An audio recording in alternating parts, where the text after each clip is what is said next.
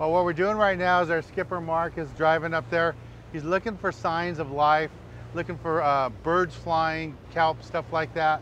So once we find something like that, he's gonna bring the boat in that area. We'll bring in the trolling lines, we'll get bait in the water.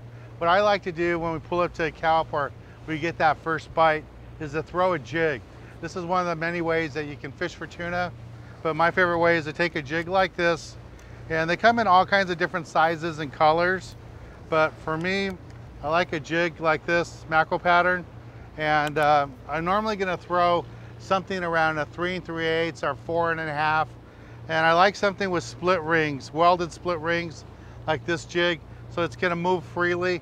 And I like the welded rings because I don't know if it's gonna be a 5-pound yellowtail or a 200-pound tuna. And with the welded rings, you don't have to worry about that ring popping open and losing the fish. But a jig like this works really good. You're gonna cast it right to the kelp and let it sink a little bit and then wind it really fast back to the boat. Now, if we get bit on the trolling rods, what I'm gonna do is just go ahead and do the same thing, except I'm not gonna go back there and get in the mess with everybody that are bringing those trolling fish. We need to get those fish to the boat right away.